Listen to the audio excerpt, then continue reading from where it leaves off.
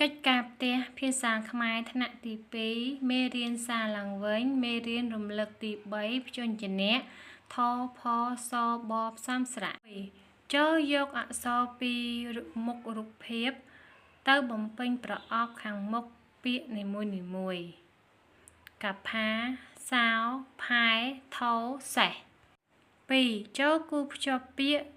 ដែលដូចគ្នាឲ្យបានត្រឹមត្រូវ 3. បបែសសថែសំនួរ 3. ចូលគូភ្ជាប់ពាក្យកន្សោមពាក្យឬឃ្លាឲ្យទៅជាល្បះត្រឹមត្រូវចៅណៃចេះបុប្ផាសរសើរចៅបោសាសចៅណៃចេះសរសេរដំបៅសរសេរ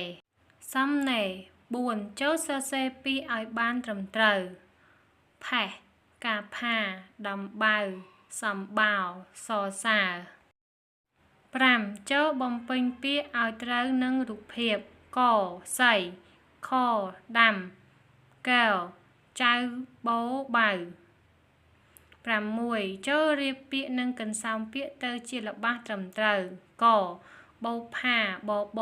ដាំបោផាដាំបបខថចៅកែថែកែវចៅបោដោះបៅ